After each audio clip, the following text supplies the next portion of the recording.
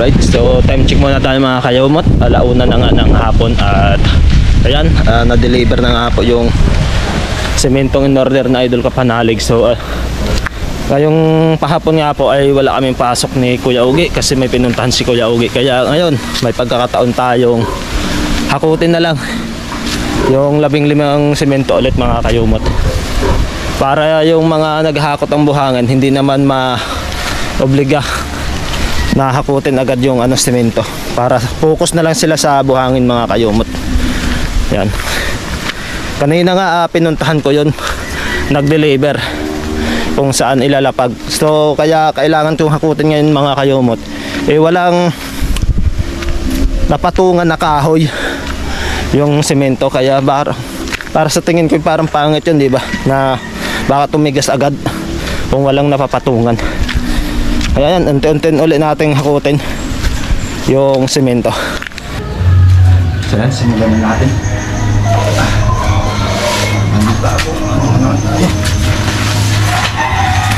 Hakot. Yun. Ayos. So yan mga kayumot, sinimulan na nga natin. So maganda naman yung panahon, nakikisabay sa atin. Yan. Kanina nga yung pag-deliver hindi ko na videohan kasi chinarge ko muna itong GoPro mga kayumot. Yan talaga yung kailangan na makabili talaga ako ng battery. Kaya maraming salamat talaga kay Kuya Dong at kay Ma'am Jane. So sa susunod baka makabili ulit tayo ng battery. Yan.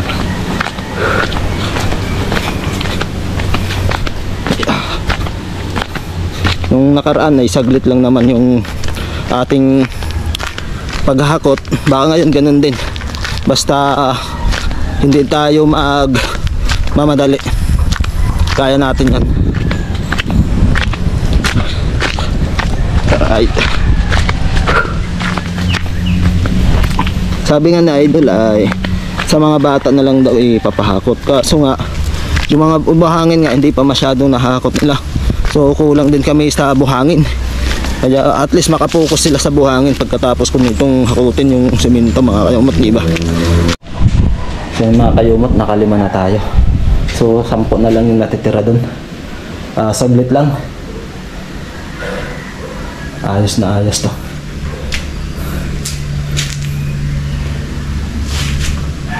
Tara, kunin na lang natin yung isa para konti na lang yung matitira doon mga kayumot. So anat-anat lang tayo pag natin pakapersahin.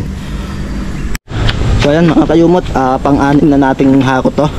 So anat-anat lang, sabi nga ni Idol, huwag papersahin.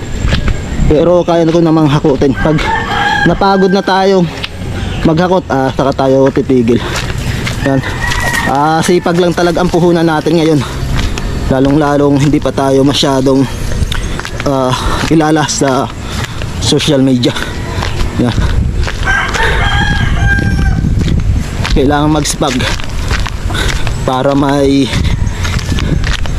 makamit din tayo kahit papaano.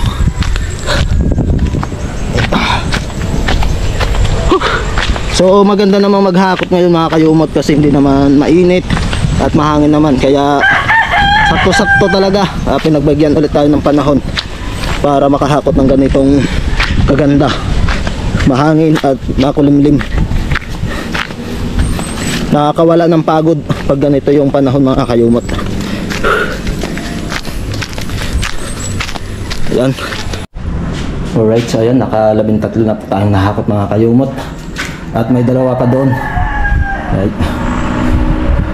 Kayang-kaya naman. Basta ganito yung panahon talaga, yung medyo mahangin at hindi mainit, kayang-kaya mong hakutin yan. Nawawala kasi yung pagod mga kayumot pag ganito yung panahon, mahangin, pag naghahakot ka. Saka sa hindi mahangin tapos mainit, naku, walang gana. Buti nga lang ay maganda dito yung panahon talaga at yung klima, kaya yakang-yaka natin. So yung nahihirapan ko lang talaga dito mga kayumot, yung aakyat ka kahit walang dala. Mas maganda pa yung bumababa ka na may dala. Mas nakakapagod talaga yung pag-akyat. So dalawa na lang.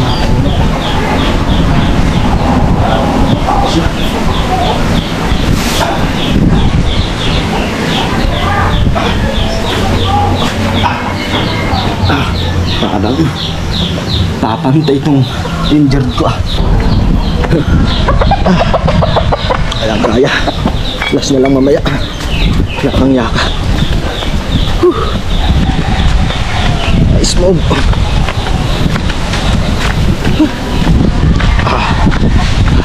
Parang umaambon ah.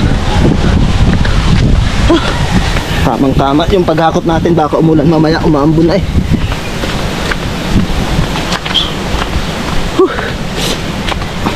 Yan.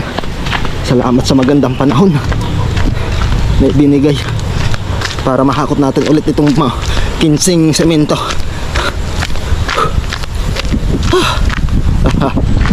Umaambon nga mga kayumot.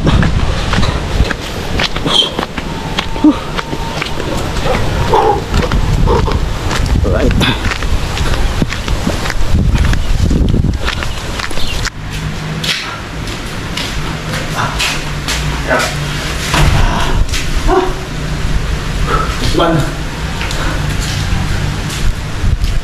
So umaambon mamaya na. Mamaya na natin kukunin mga kayumot, umaambon na. Ano? Kung kita nyo. Yun o. So medyo pahinga-pahinga muna tayo kasi umaambon. Okay, so mga kayumot, tumila na nga. Kanina lumakas yung ambon, kaya hindi ko muna kinuha yung isa. So ayun, tumila na, kukunin na natin. Iisa na lang yun mga kayumot, kaya wag na nating patagalin pa yun, baka umiyak. Wala na yung mga kasama niya, kaya tara, kunin na natin. Sana hindi na muna umambon. Pag umambon na, nandun na sa kasamahan niyang mga simento, yung na-deliver na natin. Sabi ko nga kay Idol Kapanalig, mas mahirap talaga umakyat kahit wala kang dala, medyo nakakapagod kaysa bumaba na may dala. Kanina nga akala ko sabi ko sa sarili ko mga kayumot parang hindi ko kakayanin yung paghakot ng tuloy-tuloy na sabing 5. Kaso pag bawat baba ko na may dala, sarap sa pakiramdam yung hangin at tamang klima, tapos hindi pa mainit, kaya parang nakakagana maghakot. Kaya yun, tinuloy-tuloy ko. At least natapos natin.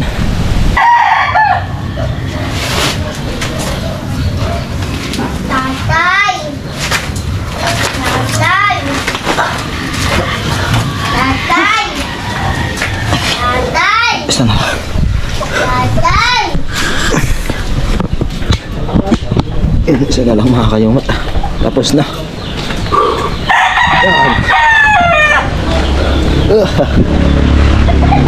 Madulas kasi umambon nga mga kayumot, kaya dahan-dahan. Yan.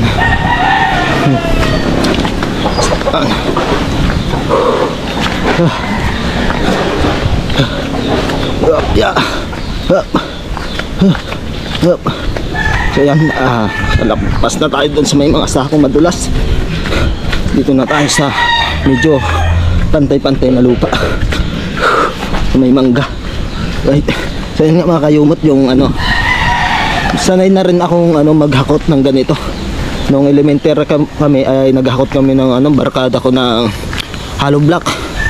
May nagpatayo kasi sa amin ng cell site doon sa bundok. So para magkapira kami, magkaroon ng baon, yun, naghahakot kami ng 2 hollow block. Masaya na kami pag naka 10 pesos. Yan, pwede naming pambaon na yun. At lalong lalo yung nag high school ako mga kayumot, pag may 10 pesos talaga ako, sobrang malaking bagay na sa akin, pambaon. So yung 10 pesos na yun ay binibili ko noon ng pang ulam, gulay. Yan, kasi yung school namin mga kayumot, bago kami kapasok doon, dadaan muna kami ng 5 barangay, nakabike pa. Yan, so minsan ginagawa ko sa 10 pesos, pinupusta ko sa basketball para yun lang talaga yung paraan para bawat araw may baon. Yan, kasama ko yung pinsang ko si Jervin Pahikulay. Talagang kami yung sulit na dati pag naglalaro. Sobrang hirap kasi talaga kitain sa amin yung pera mga kayumot. Mabuti nga lang doon sa amin kahit papaano yung pang-ulam andun lang, basta masipag ka sa panguhuli sa dagat, basta pumunta ka lang ng dagat may magbibigay sa'yo, tutulong ka lang ng mag-ahon ng bangka, yung tawag sa amin ay saog. Yan, simula ng nang galing sa laot ng mga bangka, tutulungan mo siyang magbuhat ng bangka. Pag maraming huli bibigyan ka ng pang-ulam.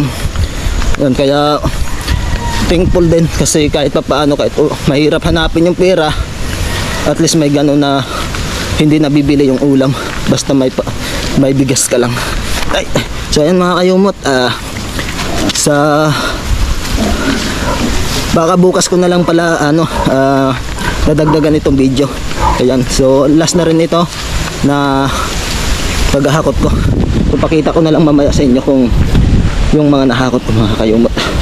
So ayun mga kayumot, andito na nga po yung ating nahakot na 15 semento. Yan, yan o, 2, 4, 6, 7, 8, 9, 10, 11, 12, 13, 14, 15. Yan. So yung ipapauna ko lang muna bukas na ipapahalo itong naunang yan, naunang order, yung stock dito mga kayumot. Kasi bago lang naman yan, baka mas mauna itong masira yung fumigas. Kaya yan muna papauna natin bukas, ipapahalo. Yan, update ko na lang kayo bukas mga kayumot, pandagdag dito sa video nitong pandagdag sa video ngayon mga kayumot. Good morning mga kayumot, at karugtong lang po ito ng aking vlog kahapon. So andito na nga po si Kuya Ugi. So anong oras na nga tayo ngayon? Tingnan natin.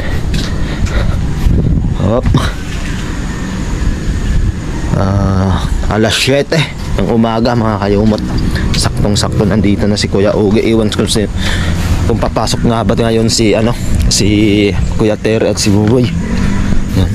Sabi ni Kuya Ugi, ngayon daw papasok si Buboy kasi yung buhangin namin kulang. Yan. Yan, si Kuya Ugi. Papasok si Buboy, Kuya Ugi. Yan.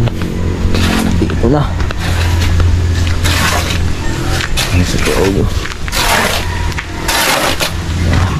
Para sumakno. Mismong hanggang bukod talaga, Kuya Ugi, no? Oh yeah, yeah. Yan. Oh yeah.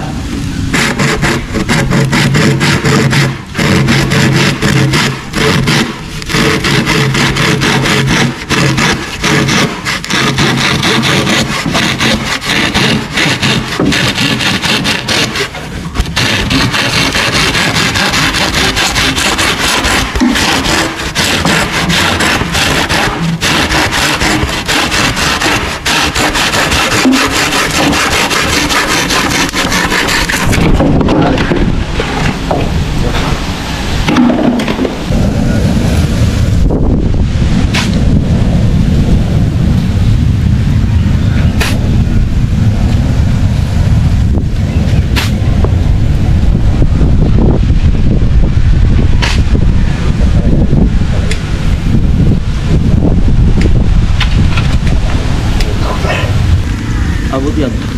Okay, malakas naman to, diba? Malakas. May bukas ata. Yan. Yung tayo nawawalan dito. Yeah, may natampas doon. May nangangaan kasi sobrang pressure dito. Ay, bili na ako eh, sabagyo ka na. Umunan na naman. Kaya rin. Nakala ng tereno.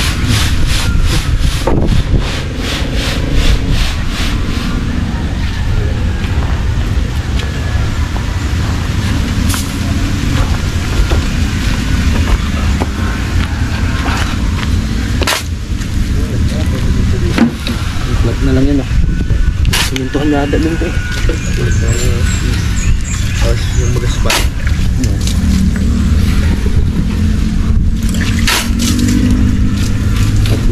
Yung mga alikabok pa, laging pasok. Ako putik.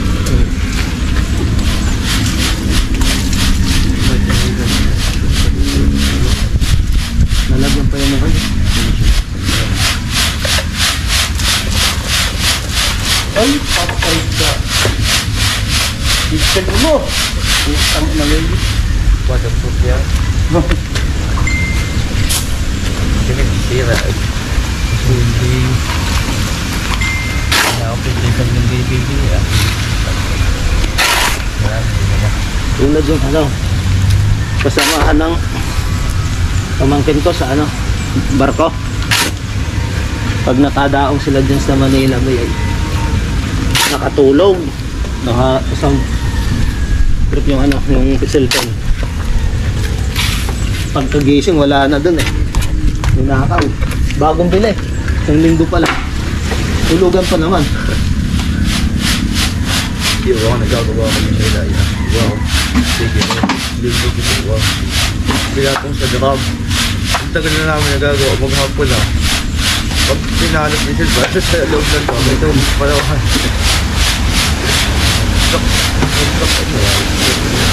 Yan kami na nakabay sa bigas ah.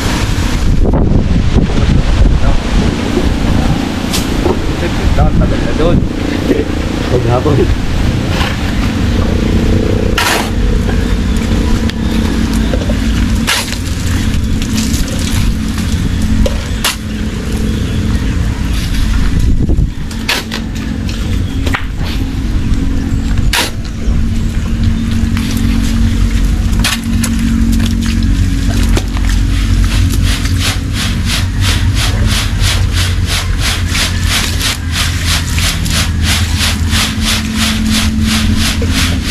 Ngayon mag-ganda cellphone, waterproof at yun. Kahit iba ko mo walang ano na. Wala. Pinipis pa ng ano eh.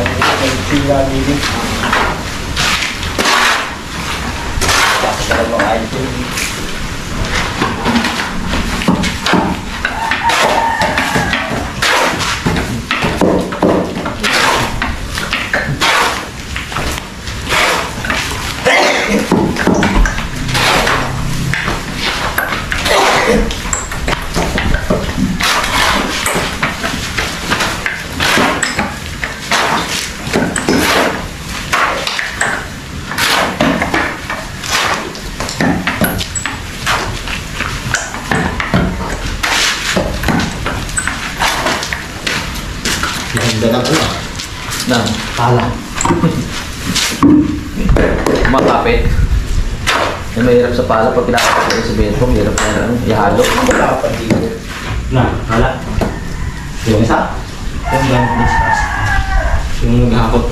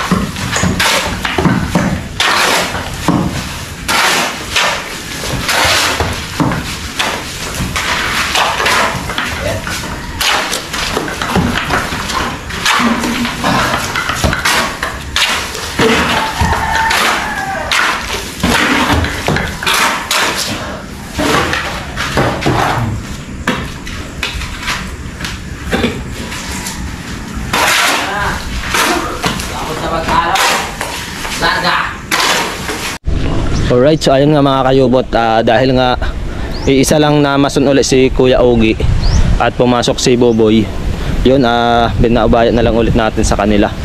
So sa totoo lang talaga, si Boboy talaga at si Kuya Ogie talaga yung ano doon mga kayumot, tumutulong-tulong lang ako. Once na pumasok sana si Kuya Terry, saka sana ako papasok.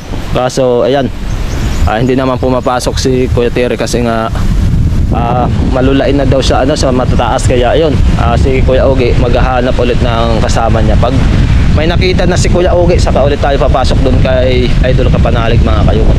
So sa ngayon ay dito muna tayo sa lote ni Kuya Kautol. Sa plano kasi namin dito, habang wala pang mga pamposted na pang ano ng kubo ni Kuya, magtatanim muna kami daw dito ng gulay. Yan.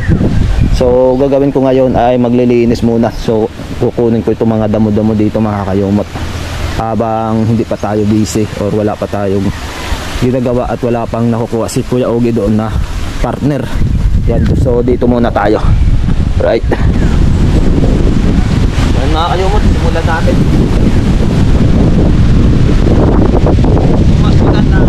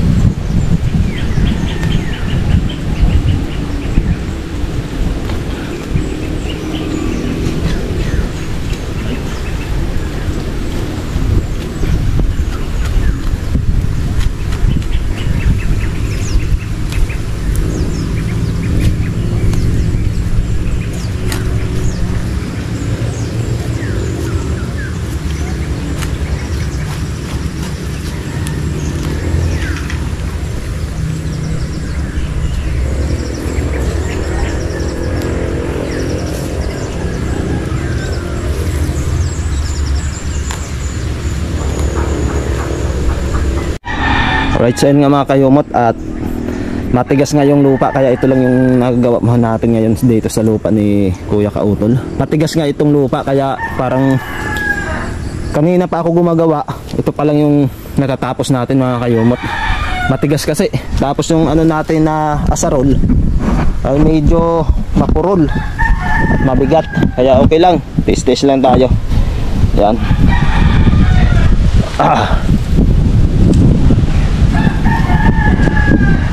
Pero pag napiko natin tong lupa to, tapos umulan, lalambot din to mga kayumot at magiging buhaghag, maganda na patman.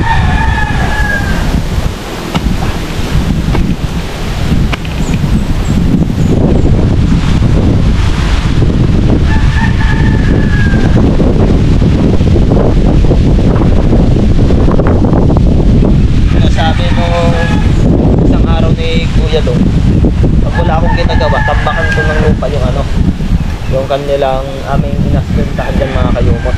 So sa sunod na lang yun.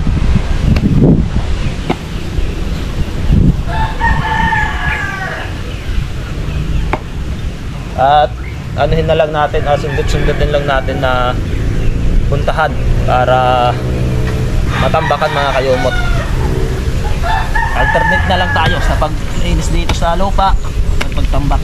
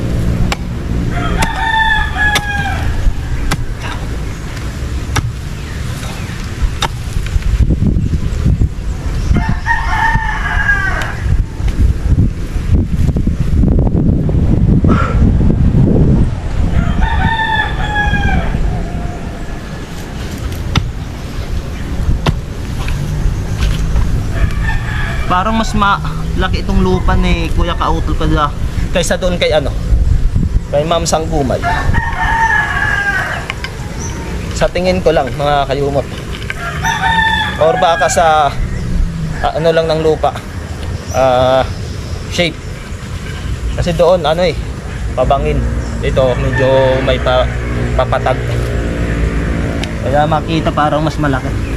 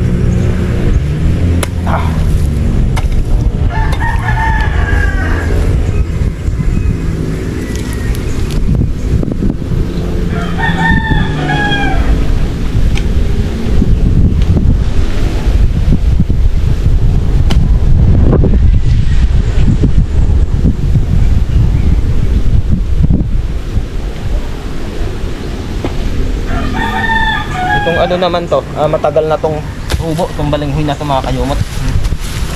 Tingnan nyo, kaya parang na, wala na ring kwenta. Dapat panibagong tanim. Mga 2 taon na ata yun. Sabi ni Kuya dati mayroon na talaga dito nagtanim. Parang tubo lang ulit.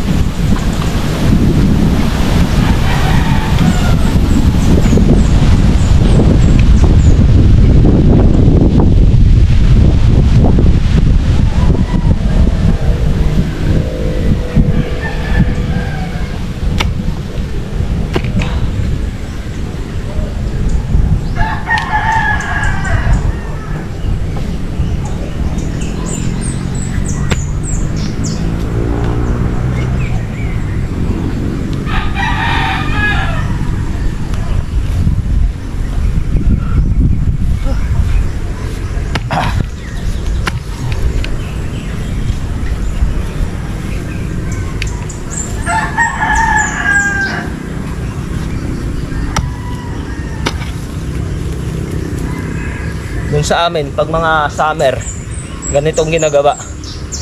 Nag-ready na sila ng lupa, linilinis na nila para sa tag-ulan, tatanim na lang.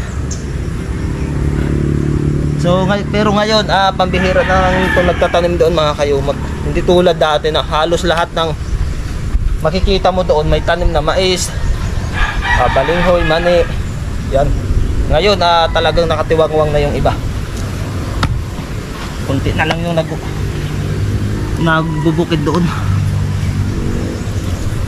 Simula yung yata yung purpose. Halos wala na.